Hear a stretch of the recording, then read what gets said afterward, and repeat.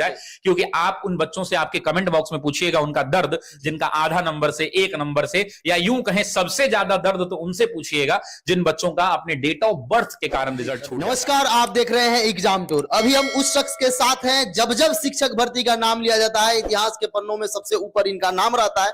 शायद ही बिहार का कोई ऐसा विद्यालय होगा जिसमें सर के द्वारा पढ़ाए गए शिक्षक न मिले। सर, आपका स्वागत है एग्जाम। बहुत शुक्रिया, बहुत धन्यवाद। सर, आज 1 तारीख है। 1 तारीख को अतुल सर के द्वारा एक सौगात दिया गया और बीपीएससी टीआरई 3.0 के लिए भी बोल दिया गया कि अमुक तारीख को एग्जाम होगा, ये होगा। सर, इसको लेकर चर्चा करेंगे। सबसे पहला प्रश्न सर ये है, कैसे तैयारी करेंगे बच्चे, और 9 वर्ष की शुभकामना बच्चों को। देखिए, सबसे पहले आपको और आपके जितने भी दर्शक हैं उन सभी लोगों को 9 वर्ष की बहुत सारी शुभकामनाएं। 2-3 चीजें हैं। इस बार की जो टीआरई 3.0 है ये पुराने टीआरई से बिल्कुल अलग है। अगर पुराने टीआरई 1 को देखें या 2 को देखें और ये 3 को देखें तो जमीन और आसमान का अंतर है। कहने का तात्पर्य ये है कि टीआरई 1 में बच्चों को बहुत कम समय मिला, टीआरई 2.0 में भी बहुत कम समय मिला, लेकिन अभी अगर आप बात करें तो टीआरई 3.0 के अंदर में बच्चों के पास खूब सारा समय है। आज अगर आप बात करें तो आज जो है आपके पास 1 जनवरी है, 1/1/2024 है, और बच्चों की जो परीक्षा है वो 24/8 को है। मतलब मान के चलिए कि लगभग 8 साढ़े 8 महीने इनके पास पूरा है। लेकिन अब 2 चीजें और हम आपको बताते हैं। टीआरई 2.0 का जब पेपर हुआ तो हमने भी पेपर को देखा, हमने भी एनालिसिस कराया, और हर व्यक्ति को अपनी कमियां ढूंढनी चाहिए। हम लोगों ने नहीं देखा।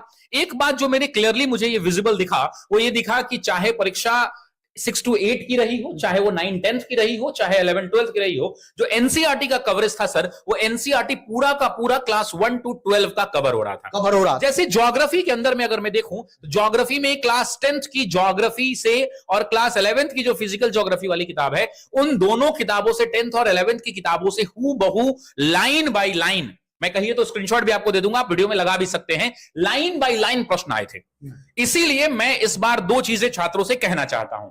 पहली बात, अच्छा इकोनॉमिक्स की बात कर ले तो इकोनॉमिक्स में से चाहे वो आप किसी भी शिक्षक से पढ़े हो, आपसे सारे के सारे सवाल नहीं बन सकते थे, ऐसा प्रश्न था। और देखिए एक बात और भी है कि पेपर जब हो जाता है, निकलने के बाद ज्ञान देना बहुत आसान है कि पेपर बहुत आसान था, लेकिन इन बच्चों से पूछिए जो उस प्रेशर के अंदर में परीक्षा देते हैं, परीक्षा का पेपर कभी आसान होता नहीं है। इस बात को समझ लीजिए। अब आते हैं दूसरी बात पे कि तैयारी का स्ट्रैटेजी क्या होना चाहिए। आप इस बात को समझिए कि सबसे ज्यादा जो कंसिडरिंग चीजें हैं वो क्या हैं, वो हैं उनके सब्जेक्ट्स की बात करते हैं तो आप देखिए 3 है पेपर में। सेक्शन 1 है, सेक्शन 2 है, सेक्शन 3 है। सेक्शन 1 के अंदर में उनके वो लैंग्वेज वाले पेपर थे जिनको इस बार 0 कर दिया गया था। इस बार आयोग कम से कम ये 0 ना करेगा। दूसरा जो सेगमेंट है वो जीएस का सेगमेंट है, जहां पर बच्चे बहुत सारे पिछड़ रहे थे। और तीसरा उनका सब्जेक्ट्स है। सब्जेक्ट्स के अंदर में ये देखने को मिला है कि अमूमन सब्जेक्ट्स के अंदर में बच्चों ने बहुत हाई स्कोर किया है।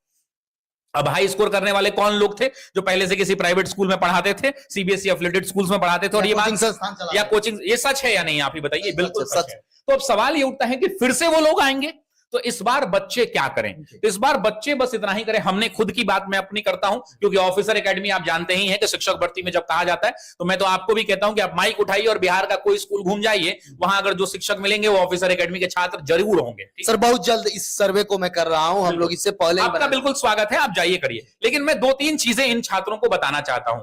आप ना लिस्ट ऑफ प्रायोरिटी डिसाइड करिए। हर बच्चे का प्रायोरिटी अलग है। जैसे इतिहास के अंदर में जो सबसे ज्यादा छकाया, शायद ही कोई बोलेगा, वो था वर्ल्ड हिस्ट्री, यानी विश्व का इतिहास। क्योंकि विश्व का इतिहास ना दरोगा की बच्चे पढ़ते हैं ना बीपीएससी वाले पढ़ते हैं, क्योंकि वर्ल्ड हिस्ट्री ने सबको छकाया है इस बार, क्योंकि बच्चे उस पर विशेष ध्यान नहीं देते। तो जो पढ़ने का स्टाइल होना चाहिए, जो हम इस बार अडॉप्ट कर रहे हैं अपने यहां, हमने इस बार कहा है कि हमारे पास 8 महीने समय है। जब ऑफिसर एकेडमी आपको 1.5 महीना में पूरा पढ़ा देता है तो इस बार तो 8 महीना है। हम 6 महीना आपसे मांगते हैं और छात्रों को भी कहते हैं कि घर पे जो लोग हैं वो भी 6 महीना दे। देखिए मात्र 6 माह में आपको करना क्या है, आप इस बात को समझिए। 6 मंथ्स के अंदर में बच्चों को मान लीजिए कि टॉपिक नंबर 1 पढ़ रहे हैं। जैसे मैं इस बार मैंने जो अपने हिसाब से कोर्स को डिजाइन करा है उसमें यह है कि मैंने रिवोल्ट ऑफ 1857 पढ़ाया।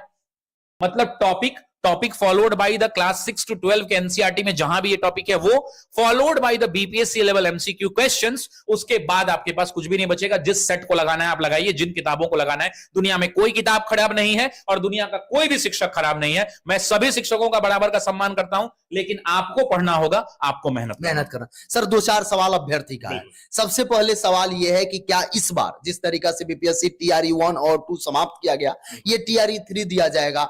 रिजल्ट का भी डेट दे दिया गया है, सब कुछ है। सर इसमें 1 to 5, 6 to 8, 9, 10 और 11, 12 सभी का सीट रहेंगे। बिल्कुल बिल्कुल डेफिनेट रूप से आप जब समाचार पत्रों का अध्ययन करेंगे, देखिए हम तो ना सरकार के प्रवक्ता हैं ना हमारे पास कोई इंफॉर्मेशन विशेष आता है, लेकिन जब आप समाचार पत्रों का अध्ययन करेंगे, कई बार हम लोग अपने एसीएस जो शिक्षा विभाग के पाठक सर हैं, उनका जब हम लोग कोई डाइट सेंटर पे या कहीं वो जाते हैं तो वहां का कोई वीडियो निकल के आता है, तो उसमें वो क्लियरली बोला जाता है कि शिक्षकों की बहाली होगी।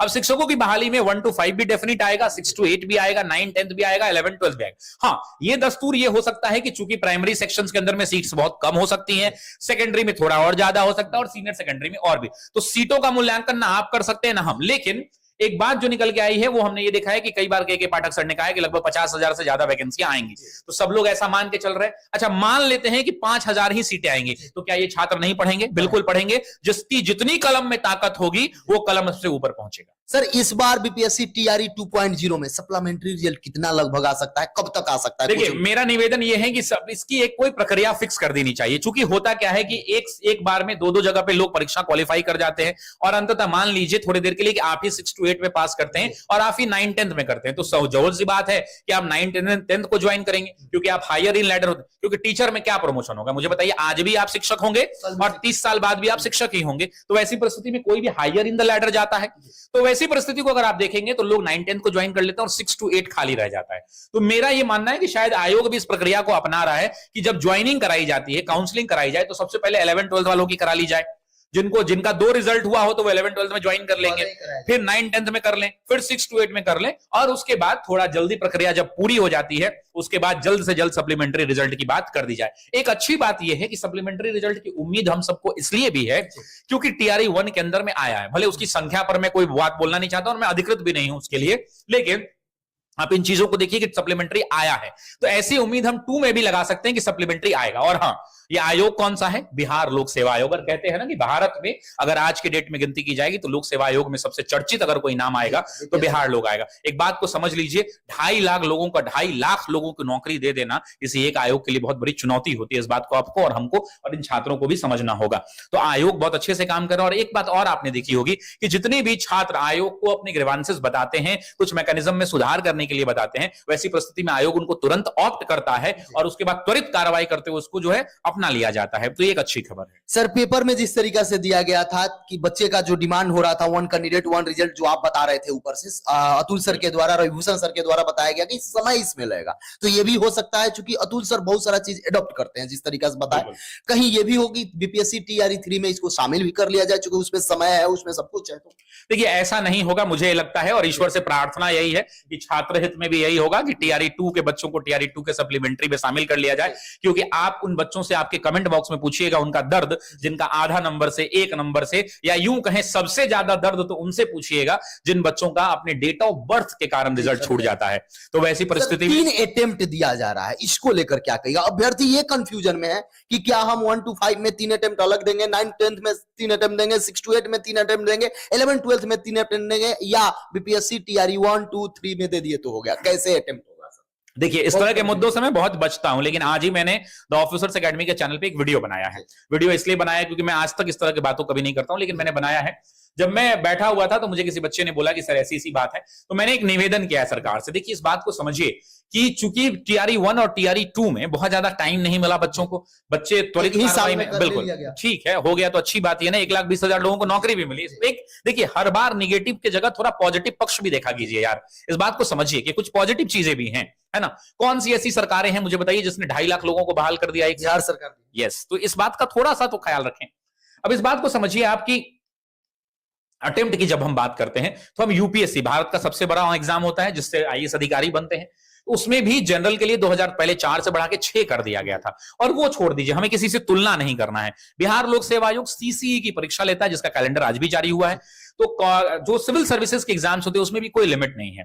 अब किन परिस्थितियों में ये अटेम्प्ट को लिमिट किया गया है? क्या पहले के दौर में ऐसा होता था कि जो बहुत ज्यादा कैंडिडेट्स हो गए, अब वो बार बार एग्जाम दे रहे हैं, तो कोई बच्चा अगर थोड़ा उम्र ज्यादा हो जा रहा है तो उस समय ज्वाइन करेगा, तो भारत को, बिहार सरकार को हो सकता है कि ऊर्जावान शिक्षक चाहिए, मतलब परिस्थितियां क्या हो ना आप जानते हैं, हम अनुमान लगा सकते हैं। तो वैसी परिस्थिति में आपके चैनल से मैं कहिए हाथ जोड़कर ऐसे खड़ा हो जाता हूं कि भैया हमारे बिहार के छात्रों पर अगर सरकार से निवेदन है, हाथ जोड़कर खड़ा हो जाता हूं कि आप अटेम्प्ट को या तो बढ़ा के 5 कम से कम कर दें या नो लिमिट कर दें, तो आपके लिए सोने पे सुहागा। आज पहला दिन है। मैं अगर मुझे आप कहिए कि चैनल पर खड़ा होकर छात्रों के लिए आपको भीख मांगना है, तो मैं आपके सामने खड़ा होकर अपने हाथ पसार कर खड़ा हो जाऊंगा कि अगर बिहार सरकार संभव है तो इस पर इनका सुन लीजिए। और मुझे अंतर मन से ये पूरा भरोसा है कि सरकार जरूर सुनेगी। जरूर सुनेगी। सर एक प्रश्न और है, बीपीएससी टीआरई 1 में जिस तरीका से कट ऑफ रहा, बीपीएससी टीआरई 2 में कट ऑफ बढ़ गया, तो बीपीएससी टीआरई में अनुमान लगा रहे हैं बच्चे की 100 पार भी हो जाएगा। जिस तरीका से देखा जा रहा है, बच्चे तैयारी कर रहे हैं या जुड़े हुए हैं, जो सिलेबस है, इसमें आप 2-3 बिंदु क्या बोलिएगा कि बच्चे ध्यान दें ताकि वो अभी से। मैं पूरे भारत में इकलौता ऐसा शिक्षक हूं जो मैंने लोगों को कट ऑफ पर बयान देना बता दिया। ठीक है, कट ऑफ ना आप जानते हैं, ना हम जानते हैं, ना ये बच्चे जानते हैं। दो का कट ऑफ तो आप जानते हैं। नहीं, मैं आपको बहुत जो बात बोल रहा हूं, आप इस बात को बड़े गंभीरता से समझिए। हम लोग फुहरता की ओर नहीं बढ़े, हम लोग गंभीरता की ओर जाएं। कट ऑफ कैसे निर्धारित होता है? मैं ये जो डिजिटल बोर्ड है, मान लीजिए कि हमारे पास 100 लोगों की सीट्स हैं। ठीक है साहब, 1 लाख लोगों ने फॉर्म भरा है, तो मैं क्या करूंगा, पहले इनका एग्जाम हो गया। अब मुझे तो नहीं बताना कि किस बच्चे ने कितना लाया है। उसके बाद मैं ये करूंगा कि जब ये 1 लाख लोगों ने फॉर्म भर दिया, एक एक्सेल सीट बनेगी और ऊपर से सबसे ज्यादा वाला उससे कम ऐसे करके 1 लाख नंबर सजा दिया जाएगा। मुझे कितने बच्चों को लेना है? 100। मैं ऊपर से 100 पर रोक दूंगा कि मान लीजिए कि 100 जो आ रहा है उसका नंबर है 92 और यहां पे है 91.75, तो मैं कह दूंगा कि जो 100वां कैंडिडेट है इसका 92 है, इसलिए कट ऑफ क्या हो गया? 92 हो गया। तो कट ऑफ की ये प्रक्रिया होती है। और एक बात को समझिए, कट ऑफ का अनुमान कौन लगाएगा? मतलब बढ़ सकता है या नहीं? देखिए, बढ़ना और घटना इस बात पर निर्भर करता है कि छात्रों के अंदर में परफॉर्मेंस क्या है, पेपर का लेवल क्या है, पेपर का लेवल क्या है, छात्रों का परफॉर्मेंस क्या है। इस बार तो और चुनौतियां ज्यादा होंगी क्योंकि पिछली बार कम समय मिल रहा था, इस बार समय है। तो मैं आम छात्रों से कहूंगा, वैसे लोग जो शिक्षक नहीं है, जो ना किसी प्राइवेट स्कूल में पढ़ाते हैं, ना किसी सरकारी स्कूल में पढ़ाते हैं, मैं आप छात्रों से यह बात कहना चाहता हूं, 8 महीना आपके पास है, कलम घिसना शुरू करिए, खूब पढ़िए, मेहनत करके पढ़िए और सिस्टमैटिक तरीके से पढ़िए। हो सकता है कि हम लोगों ने भी कुछ कमियां रही हो, हमने भी अपनी कमियों को दूर किया। जो टीआरई 3.0 का जो हमारा बैच आएगा, पेड बैच, उसमें हम वो सारी कमियां दूर करके